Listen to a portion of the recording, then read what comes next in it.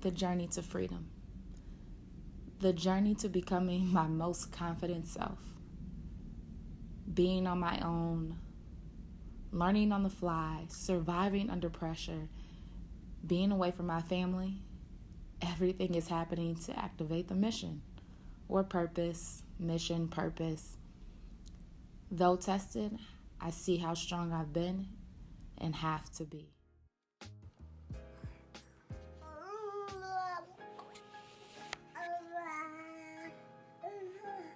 Okay, good. We're rolling. I didn't do a camera test, so it may sound like I'm yelling. I'm not trying to at all. It's a little weird to just be, recording. Oh man, it's like my own little confessions in here. So I am at the arena, Menominee Nation Arena. I'm on a back-to-back with the Wisconsin Herd. So we had a game last night versus Orlando Magic's affiliate team, Lakeland Magic, and tonight we are playing them again. And I'm almost a week out from having my panic attack, anxiety attack, and I'm still reflecting. I'm still taking notes on the process. I'm still processing. And one thing that really hit me today is this wasn't my first. This was the first where everything I used to use to numb me, to calm me down, I don't do anymore. And so it really hit home. To want this so bad, to want this platform, to want to travel the world speaking to young women, to want something more for my kids, to want something more for my family, to want to be a resource to those that I love, wanting all that, to want to be a resource in general and wanting all that, I put the pressure on me. And that's not okay.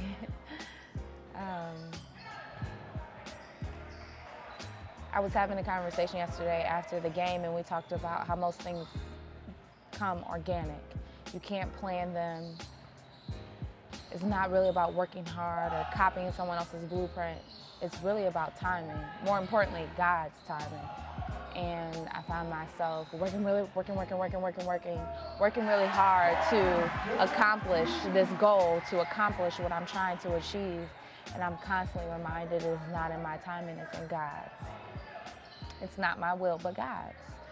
And sometimes we lose ourselves in chasing and trying and working really hard to please man, but not pleasing God.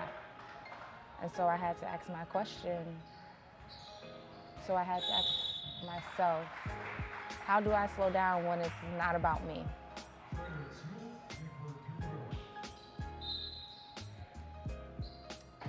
We have good intentions and pure heart's desires to help those around us. And it's not always about us, no matter what people think or assume. So we work really hard. But what happens when working really hard is wearing on you mentally, physically, emotionally? Who do you turn to? I've realized this last week all the people and things I turn to, and God's trying to show me to continue to turn to Him consistently. Not when I feel like it's appropriate, not when it makes the most sense, but when it makes no sense and when it's so difficult and when I am stressed and just in those moments when I don't want to. That's when He wants me to. And it's important for me to be mindful, to hear God, and to be obedient to that. Because a lot of the things that we experience are not for us. I made mental health my platform, like I said before, because of watching my mom, not realizing I've been going through my own process. I've recently acknowledged that I used to fall into spaces of depression, especially during the holidays, and really dug into myself to figure out why, and I feel like I know why. So now that I know why, and I feel like, I'm getting there, I'm becoming more free in my mind, then the anxiety attacks start to happen. Again, this is nothing new. But when you don't have the things that used to balance you out, quote unquote, aka really numb you out, you have to face the harsh reality of what really exists. Who do you turn into when the lights turn off? Who do you turn into when it gets difficult? And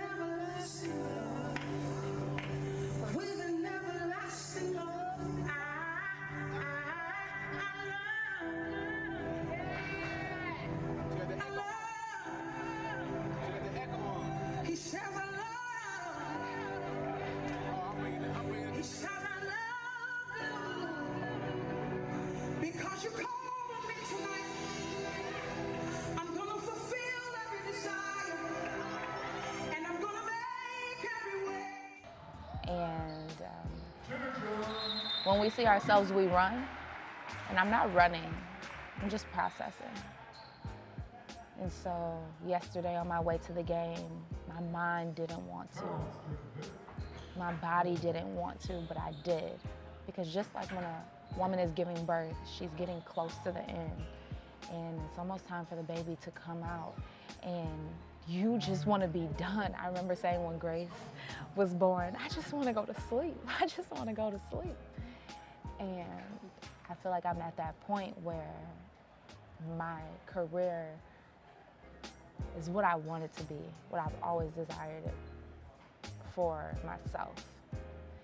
And I have to learn how to balance, be healthy mentally, physically, and emotionally, and keep going. Because if I don't, who will?